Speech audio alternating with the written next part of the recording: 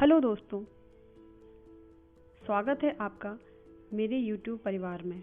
और सबसे पहले आप सभी का धन्यवाद कि आपने अपने बिजी शेड्यूल में से मेरे लिए समय निकाला और मुझे सुना। आज मैं आपके साथ कबीरदास जी के बारे में अपने विचार शेयर करना चाहूँगी। दोस्तों, संत कबीरदास जी को कौन नहीं जानता। समाज में संत कबीरदास जी को जागरण युग का अग्रदूत कहा जाता है। संत कबीरदास जी हिंदी साहित्य के भक्ति काल के इकलौते ऐसे कवि हैं जो आजीवन समाज और लोगों के बीच व्याप्त आडंबरों पर कुठाराघात करते रहे। कबीरदास जी कर्म प्रधान समाज को मानते थे और इनकी झलक उनकी रचनाओं में साफ झलकती थी। उनका असल उद्देश्य लोक कल्याण हेतु ही मानव समस्त जीवन को समर्पित किया गया था। उन्हें एक सच्चे विष्णु प्रेमी का अनुभव था।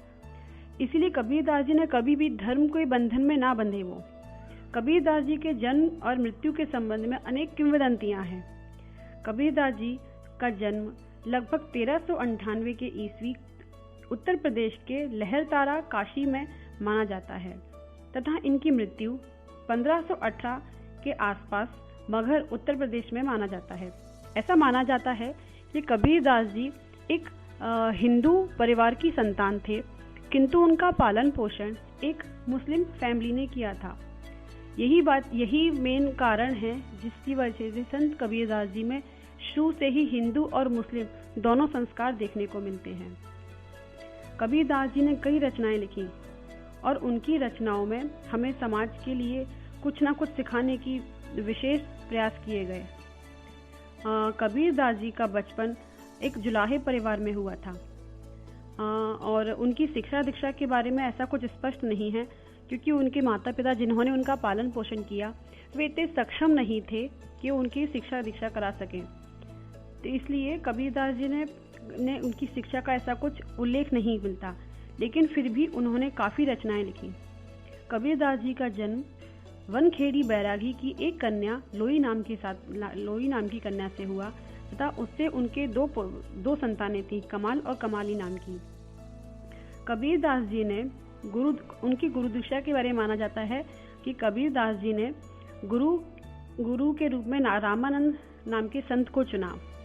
उनका बड़ा मन था कि रामानंद जी उनके गुरु बने और उनको दीक्षा दें। तो एक बार ऐसा हुआ, लेकिन उस समय क्या था कि हिंदू मुस्लिम की बहुत लोग मानते थे उसको। तो कबीरदास जी ने सोचा कि वो रामानंद जी से दीक्षा ग्रहण करेंगे। तो वे उनके आश्रम के मुख्य द्वार पर आकर विनती की कि मुझे गुरुजी के दर्शन कराओ। उस समय जात पात का बड़ा आग्रह रहता था और वो भी काशी, ऐसी नगरी, वहाँ पंडितों और पांडवों लोगों का अधिक प्रभाव था।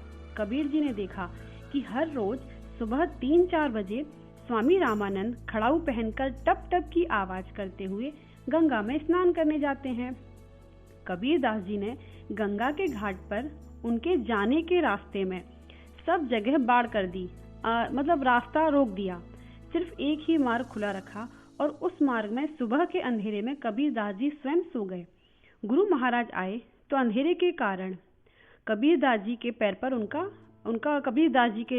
देह पर उनका पैर पड़ गया और उनके मुख से शब्द निकले, राम राम राम। कबीरदास जी का तो काम बन गया। उनको गुरु जी के दर्शन भी हो गए, उनकी पादुकाओं का स्पर्श भी मिल गया और उनको गुरु मंत्र भी मिल गया। अब दीक्षा के लिए उन्हें कुछ चाहिए ही नहीं था। तो बस वहाँ से कबीरदास जी अपने वापस आ गए और उन्होंने अपने नई रचनाओं की रचनाएं लिखी। इसके बाद एक बार ऐसा हुआ, किसी ने उनसे पूछा कबीरदास जी से कि तुम्हारे गुरु कौन हैं? तो उन्होंने कहा मेरे गुरु तो रामानंद जी हैं और उन्होंने मुझे गुरु दक्षिणा भी दी है।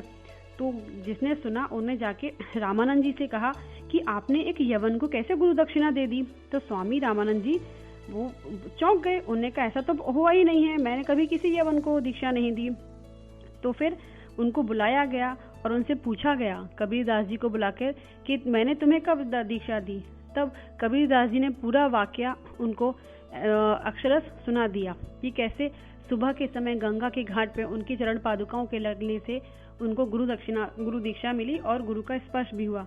रामानंद जी को इतना गुस्सा आया कि उन्होंने अपने खड़ाऊ उठाकर कबीरदास जी को दे मारा, जिससे वो खड़ाऊ जाकर कबीरदास जी के सिर पर लगा और उनके मुंह और गुस्से में आकर रामानंद जी ने राम राम राम बोला कि इतना झूठ बोलता है। तो बस कबीरदास जी ने बोला, ठीक है गुरु महाराज, तब की दीक्षा झूठी सही, अब की तो सच्ची मानेंगे। अभी आपने मुझे गुरु मंत्र भी दे दिया और आपकी खड़ाऊ मेरे सर को भी स्पर्श हो गई, तो बस आप मेरे गुरु बन गए और आपसे मुझे गुरु दीक्षा भी मिल गई। इसके बाद स्वामी रामानंद महाराज जी थे तो उच्च कोटि के संत। घड़ी भर में ही उनके भीतर का गुस्सा शांत हो गया और उन्होंने फिर उसे अपना शिष्य कबीरदास जी को अपना शिष्य स्वीकार कर लिया। बस इसके साथ ही इसके बाद कबीरदास जी नई नई रचनाएं लिखने लगे। कबीरदास जी के मृत्यु के संबंध में एक बड़ी किंवदंती है। ऐसा माना जाता है कि मृत्यु के बाद उनके शव को लेकर अनेक विवाद उत्पन्न हो गए। हिंदू कहते कि उनकी अंतिम क्रिया हिंदू संस्कार से होनी चाहिए और मुस्लिम कहते कि मुस्लिम रीति से उनका दफन होना चाहिए। इसी विवाद के चलते जब कबीरदास जी को ऐसा लगा तो उनकी मृत्यु के बाद जब उनके शव पर से चादर हटाई गई तो देखा कि वहाँ पर उन कबीरदास जी के शव नहीं था, बल्कि वहाँ पे फूलों का ढेर पड़ा हुआ था। तब वहाँ से आधे फूल हिंदुओं ने ले लिए और आधे फूल मुसलमानों ने ले लिए। मुसलमानों ने मुस्लिम रीति रिवाज से और हिंदुओं ने हिंदू रीति से उन फूलों का अंतिम संस्कार किया। मगहर में ही कबीरदास जी की समाधि है। जन्म की भांति इनकी मृत्यु तिथि एवं घटना को लेकर भी बड़ा मतभेद है। तो बस मेरा ये सब कबीरदास जी के बारे में ये सब बोलने के पीछे मेरा रीज़न ये था कि कबीरदास जी मुझे एक ऐसे कवि लगे जिन्होंने समाज के ऊपर, समाज में फैली कुरीतियों पर, इंसानी कुरीतियों पर, इंसानी गलतियों पर बड़ी ही अच्छी तरह से अपनी रचनाएं लिखी हैं। अगर आपने कबीरदास जी के दोहे सुने होंगे तो उनके हर दोहे का एक अलग ही मीनिंग निकलता है। उनके दोहों के अर्थ अगर देखा जाए तो एक अर्थ होता है सिंपल और एक अर्थ उसमें छिपा हुआ होता है। जैसे अगर हम कहें तो, जाति ना पूछो साधु की, पूछ लीजिए ज्ञान, मोल करो तलवार का, पड़ा रहन दो म्यान। इसका अगर एक हम साधारण सा अर्थ समझने जाएं तो हमें साधु की जाति नहीं पूछनी चाहिए और उसका जो उससे ज्ञान मिलता है वो ज्ञान हमें उससे ग्रहण कर लेना चाहिए। ठीक वैसे ही जैसे जब हमें तलवार का इस्तेमाल की जाती है, ना कि उसका रखने वाला म्यान। अगर उसका म्यान खराब है तो हमें कोई चिंता की बात नहीं है, हमें उसकी तलवार से काम होता है। और इसका अगर हम एक दूसरे अर्थ में समझने की कोशिश करें तो हमें इंसान को रंग रूप जाति भेद से दूर होकर उसको वो वैसा है उसी तरह उसको अपनाना चाहिए और उसकी अच्छी बातों को ग्रहण करना चाहिए, ना कि उसकी कमियों को। तो बस इसीलिए कबीरदास जी मेरे बहुत ही पसंदीदा कवि हैं। तो बस दोस्तों, थैंक यू मुझे सुनने के लिए। और एक्चुअली मेरा ये वीडियो बनाने के पीछे मेन मकसद ये है कि कबीरदास जी के दोहों के माध्यम से मैं छोटे बच्चों में कैसे उनके दोहों को बच्चों को हम संस्कार दे सकते हैं, उन्हें अच्छी बातें सिखा सकते हैं। तो बस दोस्तों, मैं अपनी आने वाली वीडियो में कबीरदास जी के दोहों के माध्यम से छोटे बच्चों को अच्छी बातें सिखाने का प्रयास करूंगी। तो बस इसमें आपकी सहायता चाहिए। बस मुझे सुनिए, मेरे वीडियो को देखिए और कुछ कमियां लगती हैं, कुछ गलतियां लगती हैं तो प्लीज़ मुझे उससे अवगत कराइए और बस बने रहिए इसी तरह मेरे साथ। Thank you for listening me.